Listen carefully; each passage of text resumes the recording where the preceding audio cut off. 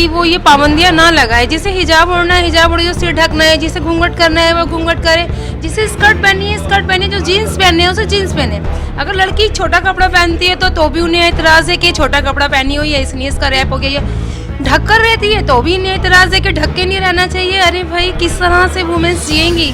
महिलाओं की भी कुछ ज़िंदगी है, उसको ये चीज़ इन चीज़ों को नेताओं को समझनी चाहिए। ये सिर्फ अपनी अपनी पार्टी के चक्कर में लगे हुए ये इनको नहीं है जहनों में ये कि हम अपने मुल्क को कहाँ लेकर जाए। वो चीज़ अगर वो सच में मुस्लिम हितैषी हैं तो उन्हें सबसे पहले जो वो जहर वाले बयान देते हैं उन पे सबसे पहले रोक लगानी चाहिए। जो लोग जहर वाले बयान देते हैं उन पे रोक लगानी चाहिए। हमें फील होना चाहिए कि हाँ, आप कुछ कह रहे हैं जो हमारे लिए अच्छा है। एक तो लड़कियाँ वैसे ही नहीं निकलती हैं घर से, और आप इस तरीके की बात अगर लेकर के आ गए तो फिर वो हमारा नुकसान है, आपका नुकसान नहीं है, वो हमारा नुकसान है। हमारे यहाँ तो वैसे ही बच्चों को नहीं पढ़ने दिया जाता।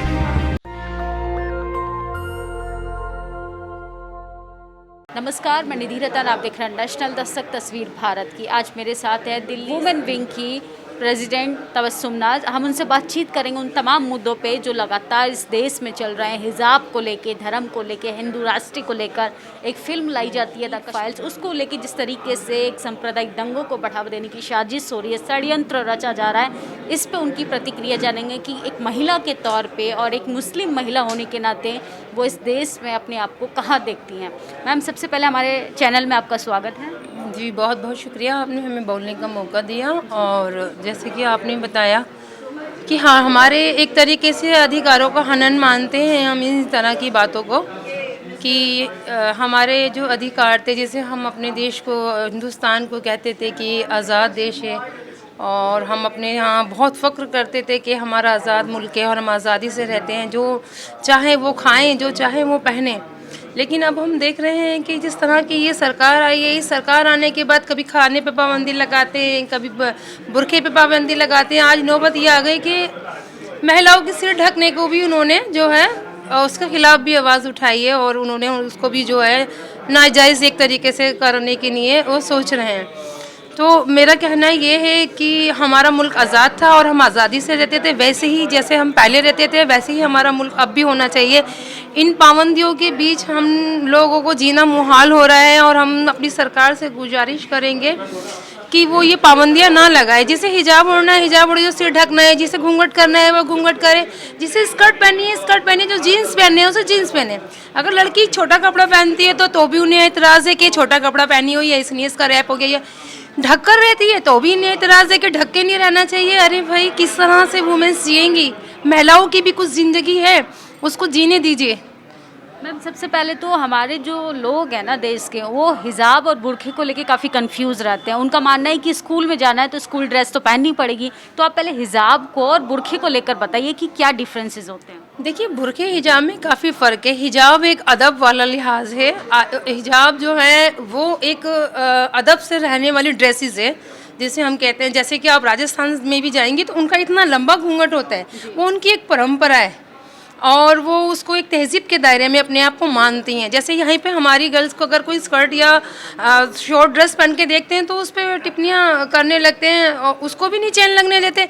अगर कोई सिर ढक के अगर रह रही है अपने तहजीब में तो उसको भी कमेंट्स कर रहे हैं, उसको भी नहीं जीने दे रहे। तो महिलाओं की ज़िंदगी तो दोनों तरह से ख़राब है। चाहे उसमें फिर उसमें मुस्लिम भी आ गई हैं, वो जिसमें उनको हिजाब का ब्लेम लगा दिया, और जो गर्ल्स हैं जो जिसमें जैन भी हैं, हिंदू भी हैं, बौद्धिस्ट हैं, पंजाबी हैं, उनकी ड्रेस है वो पहनेंगी। आप क्यों रोक टोक कर रहे हो उनको?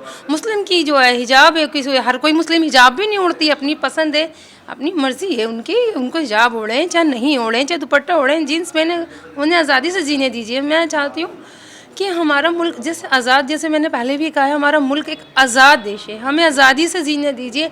हमारे पे पाबंदियाँ लगाना, हमारे पे ये भद्दी जो है कमेंट्स करना छोड़ दीजिए। तो जिस तरीके से सरकार तो नहीं मान रही मैम, सरकार लगातार हिंदू राष्ट्र की बात करती है, तो आप एक महिला और उस समुदाय से आती हैं जिस समुदाय के खिलाफ षड्यंत्र रचा जा रहा है, तो आप अपने आप को कहाँ देखती हैं? हम अपने आप को बहुत बुरी उसमें दशा में देख रहे हैं। हमारी दशा इतनी ख़राब होने जा रही है कि जहां अब हमारे घरों में जब हम उन लोगों को कहा जाता था कि पाबंदी से रखते हैं, उनको बंद करके रखते हैं, अब वो फील्ड में आके काम कर रही हैं, पढ़ रही हैं, तो उनको मुझे लग रहा है रोकने जाने का एक तरीका उन्होंने निकाल दिया कि उनको किस तरीके से रोका जाए। तो ये हमारी आज़ादी पे पाबंदी लगा रहे हैं, हमारी एजुकेशन पे पाबंदी लगा रहे हैं कि आप उस स्कूल में मत जाओ, उस स्कूल में नहीं पढ़ो। अरे आप कौन होते हो जिस मर्जी स्कूल में पढ़े वो। बस बात ये है जहाँ तक हिजाब की होती है कि जब क्लासेस के रूम के बैठते हैं तो सब एक समान बैठते हैं, एक साथ बैठते हैं। मैं खुद गुरुद्वारा स्कूल में पढ़ी हुई हूँ। जब वहाँ पर गुरबानी होती है और जो प्रेयर होती है तो वहाँ सर ढक के रुमाल सब बच्चों को बोला जाता है कि आप सर ढकिए, हम ढकते हैं। हम दूसरा सवाल करेंगे, एक मैम और हैं हमारे साथ। जिस तरीके से मैम एक फ़िल्म लाई जाती है द कश्मीर फाइल्स, तमाम तरीके के ऐसे मुद्दे उठाए जाते हैं एक कौम के खिलाफ, एक समुदाय के खिलाफ, जबकि ये देश डाइवर्सिटी कंट्री है, तमाम रिलीजन के लोग, तमाम जाति के लोग रहते हैं। तो क्या ऐसी मूवी लाना, और जबकि उस मूवी को इस देश के प्रधानमंत्री प्रमोट करते हैं, कहाँ तक आप सहमत हैं? ये पूरी तरीके से एक पॉलिटिकल फंडा है जी, लोगों के जहन में जहर बोना और एक टोटल वोट बैंक की राजनीति और कुछ नहीं है। आप डिवाइड एंड रूल लेके चल रहे हैं, जैसे हमारे पर ब्रिटिशर्स रह के गए, सेम वही चीज़, वही यही पॉलिसी। हम लोग, ये गंगा जमुना तहजीब वाला मुल्क है, यहाँ सब लोग, हम, मेरी फ्रेंड कंचन है, किरण है, हम लोग बचपन से साथ रहे हैं, एक साथ खेले हैं। हम मदरसे में वो हमारे साथ गई, उनकी अगर ज़रूरत पड़ी तो कभी होली में भी हम लोग साथ कह लें, इसमें कोई फ़र्क नहीं, हमने फ़र्क नहीं देखा। ये चीज़ें अब हमें फ़िक्र होती है। मैं खुद बच्चों की माँ हूँ, मुझे फ़िक्र होती है मेरे बच्चों को किस तरीके का मुल्क मिल रहा है। मुझे अपने बच्चों को लेकर के एक अजीब सा मतलब डर मेरे दिल में बैठ गया है कि जो चीज़ हमने अपने बचपन में नहीं देखी थी वो बच्चे अब हमारे देख रहे हैं। हमारे बच्चों के दिल में भी इस चीज़ को लेकर के फ़िक्र है कि आगे आने वाला कल हमारा किस तरीके का होगा। ये चीज़ चाहे किसी भी पार्टी के नेता हों, वो सब इंडियंस हैं, उन्हें सोचना चाहिए कि हम इस मुल्क को कहाँ लेकर जा रहे हैं। हम सभी भारतीय हैं, हम कोई बाहर से नहीं आए हैं, जो जहाँ पैदा होता है वहीं का होता है, कोई अलग नहीं होता। ये चीज़, इन चीज़ों को नेताओं को समझनी चाहिए। ये सिर्फ अपनी अपनी पार्टी के चक्कर में लगे हुए, ये इनको नहीं है जहनों में ये कि हम अपने मुल्क को कहाँ लेकर के जा रहे हैं। मतलब आप कहना चाहती हैं कि अपनी आने वाली पीढ़ी को लेके महफूज नहीं माहौल चाहिए हम लोगों को, एक सरकार नहीं दे पा रही है। बट योगी आदित्यनाथ उत्तर प्रदेश में अभी दूसरे कुछ वो कहते हैं मैं तो मुस्लिम हितैषी। नहीं, वो कहते कुछ हैं, करते कुछ हैं। वो चीज़, अगर वो सच में मुस्लिम हितैषी हैं तो उन्हें सबसे पहले जो वो जहर वाले बयान देते हैं उन पे सबसे पहले रोक लगानी चाहिए। जो लोग जहर वाले बयान देते हैं उन पे रोक लगानी चाहिए। हमें फील होना चाहिए कि हाँ, आप कुछ कह रहे हैं जो हमारे लिए अच्छा है। हम तो नहीं करते वो जहर वाली बातें, हम तो नहीं कह रहे हैं आपको। मैं किसी भी लीडर को नहीं कहूँगी बात करो वो जो सबके लिए अच्छी हो। आप लड़कियों के लिए भी बात करते हैं, आप कहते हैं बेटी पढ़ाओ, बेटी बचाओ, सब कुछ कर रहे हैं। आपने हिजाब की बात क्यों डाल दी? कुछ बच्चियाँ ऐसी हैं जो घर से निकलती हैं हिजाब भी पहन के निकलती हैं, नहीं चाहती कि हम अपना हिजाब नहीं उतारें। अब कितनी बच्चियाँ हैं कर्नाटक में ऐसी जिन्होंने हिजाब के चक्कर में अपना एग्ज़ाम नहीं दिए। किसका लॉस है? वो हमारा लॉस है। एक तो लड़कियाँ वैसे ही नहीं निकलती हैं घर से, और आप इस तरीके की बात अगर लेकर के आ गए तो फिर वो हमारा नुकसान है, आपका नुकसान नहीं है, वो हमारा नुकसान है। हमारे यहाँ तो वैसे ही बच्चियों को नहीं पढ़ने दिया जाता, यहाँ तक नहीं आने दिया जाता। ये चीज़ इनको समझनी चाहिए। और मेरी तो humbly request all party leaders से है कि वो एक माहौल में प्यार मोहब्बत वाला पैगाम लेके चले, वरना हम लोग बहुत बुरी तरीके से पिछड़ जाएंगे।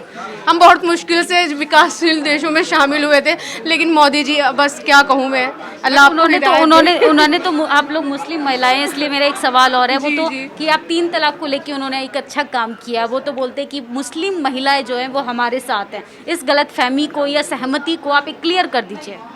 ऐसा नहीं है। 3 तलाक वो जिस तरीके से सोचते हैं, शरीयत उस तरीके से लेके नहीं चलती। शरीयत का मामला अलग है, उनका मामला अलग है। अगर वो सच में मुस्लिम बहनों के हितैषी हैं तो सबसे पहले उनको हिजाब के ऊपर बयान देना चाहिए। देखिए, सबकी अपनी अपनी पर्सनल आज़ादी होती है। क्या हिंदुओं में घूंघट नहीं होता था? हमने तो, हमारी चाची जी थी, हमने उनको इतना लंबा लंबा घूंघट करते हुए देखा है। मेरी राजस्थानी फ्रेंड्स है, उनको घूंघट करते हुए देखा है।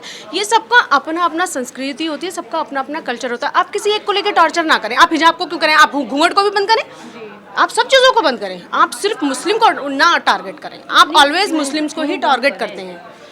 क्या बोल रहे हैं मैम? मैं ये कह रही हूँ, क्यों बंद करें? घूंघट है या हिजाब है या दुपट्टा है या जीन्स है या स्कर्ट है, क्यों? क्या मतलब है? मैंने कहा कि आज़ादी, सबकी अपनी अपनी अभिव्यक्ति, अपनी अपनी आज़ादी है, पर्सनल आज़ादी होती है सबको। हम अपने बच्चों को तरबियत दे रहे हैं ना, अच्छे की तरबियत देते हैं कि बेटा आप घर से निकले, आप किसी को भी इस नज़र से ना देखें।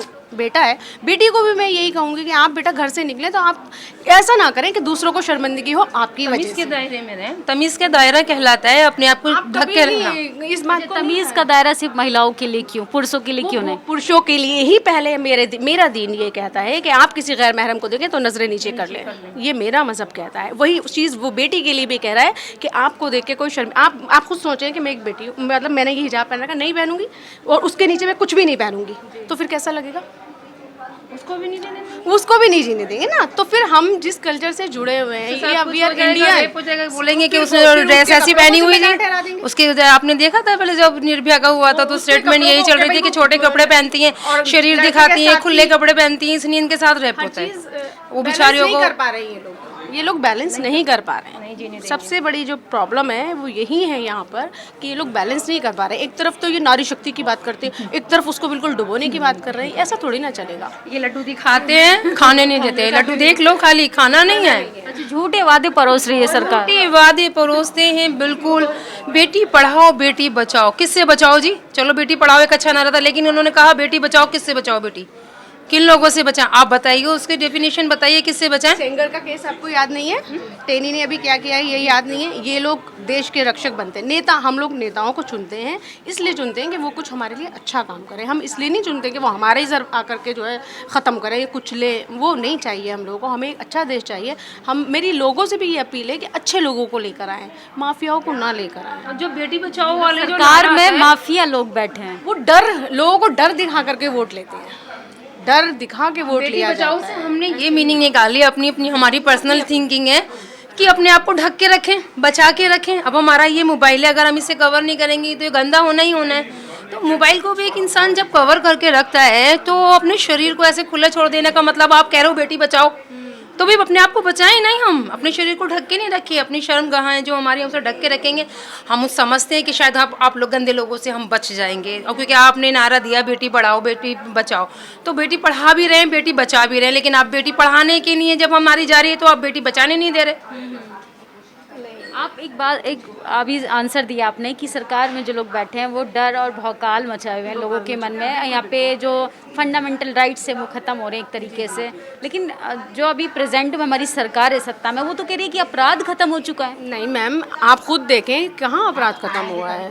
अपराध को जन्म दिया जा रहा है, डर को पैदा किया जा रहा है। हम भूल गए क्या दिल्ली में दंगे हुए हैं? वो हमारे सामने की बात है कि रोडों पे ईंट पत्थर लाके डाले गए, एक अजीब तरह की दहशत बनाई गई, पता नहीं किस तरीके का। आप ये सेंटर है दिल्ली राजधानी, यहाँ पर इतना बड़ा कांड हो सकता है तो कौन कहाँ पर क्या सेफ है? ये दिल्ली राजधानी की बात कर रही हूँ मैं। कभी भी जामिया में कभी कुछ हो जाता है, कहीं कभी कुछ हो जाता है। हमारे बच्चे जहाँ पढ़ने जाते हैं वो जगह सेफ नहीं है। कोई ज़्यादा टाइम थोड़ी ना हुआ है अभी दिल्ली दंगों को, कोई ज़्यादा टाइम नहीं हुआ है। ये एक अजीब तरीके का माहौल इन लोगों, शायद इन्हें लगता है कि लोगों को डरा करके ये ज़्यादा लंबे टाइम तक रह सकते हैं। लेकिन जो वो बेस्ट प्लानर है ना, वो सब कुछ देख रहा है और इंशाल्लाह कुछ अच्छा होगा। मैं फिर भी यही दुआ करूँगी कि लोगों का जहन अच्छा हो, ये लोग अपने आप को बदले। अगर किसी को ऐसा लगता है कि सारे हिंदू ख़राब हैं, नहीं, ऐसा नहीं है। मेरे सारे बहुत अच्छे फ्रेंड्स हैं, सब लोग बहुत अच्छे हैं। कहते हैं यार मीडिया जिस तरीके से दिखाता है हिंदू, मीडिया को ख़रीदा गया है, बिकाऊ मीडिया है, हमें भी पता चलता है, हम भी देख रहे हैं। किसी को जब इतना सारा लॉट ऑफ मनी दे दिया जाएगा तो भाई वो तो वही बोलेगा ना जो आप कहेंगे। वो क्यों बोलेगा? उन्हें क्या ज़रूरत है? उनके बच्चे अच्छे स्कूल में जाते हैं, उनकी बीवियाँ अच्छी जगह रहती हैं। रूट पे ही मिलेगा आपको तस्वीर का दूसरा रूट। आप जैसे जो मीडिया हैं, जो बड़े बड़े चैनल बना के बैठ गए हैं, वो तो अपने आप को पता नहीं क्या समझते हैं, लेकिन हकीकत सबके सामने आ गई है कि कौन जो है आजकल सोशल मीडिया जो चल रहा है वो असलियत सामने लाते हैं। लोग उन्हें देख रहे हैं, उन्हें देख भी नहीं रहे। अब जितने बड़े बड़े चैनल हैं उन्होंने अपनी बात के सोशल मीडिया में, मतलब हमें अच्छा ये प्लेटफॉर्म मिला हुआ है। हम इस बात के शुक्रगुजार हैं कि आप जैसे लोग जुड़ते हैं, बात करते हैं। ये जो ये मेन बेस है, जो जिसको रूट से कहेंगे, ये चीज़ जो है आम लोगों तक पहुँचे। लोगों को समझ में आना चाहिए कि हमारी सोसाइटी में क्या हो रहा है। एक आखिरी बात, जो हमारे तमाम दर्शक आपको देख रहे हैं, महिला के तौर पर एक मुस्लिम कम्युनिटी से आने के बावजूद आप क्या मैसेज देना चाहेंगे हमारी सोसाइटी को? जियो और जीने दो, किसी की लाइफ में टेंशन मत दो। एक ज़िंदगी अल्लाह ताला ने हमें दी है, इसको बहुत सुकून से जी के जाना चाहिए। पढ़ो, पढ़ाओ, सुकून से रहो, किसी की लाइफ में ज़्यादा इंटरफेयर मत करो। सबके अपने अपने मजहब है, सब अपने अपने मजहब को माने, जीने। इस्लाम भी यही कहता है कि सबका अपना अपना है, किसी के ऊपर इस्लाम ज़बरदस्ती से नहीं फैलाया गया है। प्यार से जो हमारे अंदर अच्छी चीज़ें आप देखेंगे तो आपको भी अच्छा लगेगा, आप भी उस चीज़ पे फॉलो करें, कोई मुश्किल नहीं है। लेकिन ये जो मुल्क है मेरा, ये रहेगा जब यहाँ सुकून रहेगा, वरना बर्बाद करने में 2 मिनट लगते हैं, आबाद करने में सदियां लग जाती हैं। इस चीज़ को लोगों को बस समझना चाहिए। बहुत बहुत शुक्रिया हमसे बातचीत करने के लिए। शुक्रिया। Thank you so much. तो ये थी मुस्लिम महिलाएं जिनसे हमने बातचीत की। उन्होंने तमाम उस गलत फहमी को दूर कर दिया जो सरकार ने ऑन स्क्रीन प्रचार प्रसार में जो भेदभाव, जो नफरती, जो जातीय सांप्रदायिक दंगों को भड़काने में, जो जातीय सांप्रदायिक दंगों को फैलाने में जो काम करती हैं, उनकी गलत फहमियाँ दूर हो गई कि मुस्लिम कम्युनिटी प्यार से रह रही है। कहीं हिंदू मुस्लिम नहीं हो रहा है, लेकिन जो गोदी मीडिया है वो इस तरीके से दिखाती है आपको कि जैसे सिर्फ ये देश जो है हिंदू राष्ट्र बनेगा। इसमें तमाम जो कम्युनिटी के लोग हैं, तमाम रिलीजन के लोग हैं, उनके अधिकारों पे एक तरीके से प्रहार है, एक तरीके से उनके अधिकारों का हनन है। अगर हमारी बातचीत आपको कैसी लगी, अगर मुस्लिम महिला इस वीडियो को देख रही है तो आगे शेयर करें, और इस पे आपकी क्या राय है, आप अपनी राय कमेंट बॉक्स में ज़रूर दें। कैमरा पर्सन आशीष के साथ मैं निधि रतन, दिल्ली। नेशनल दस्तक की आपसे गुजारिश है कि अगर इसको बचाना चाहते हैं तो नेशनल दस्तक को सब्सक्राइब करने के लिए रेड कलर के सब्सक्राइब बटन को दबाएं, फिर बेल आइकन की घंटी दबाएं। नेशनल दस्तक को बचाने के लिए बहुत जरूरी है कि हर खबर को शेयर करें, लाइक करें, कमेंट जरूर करें।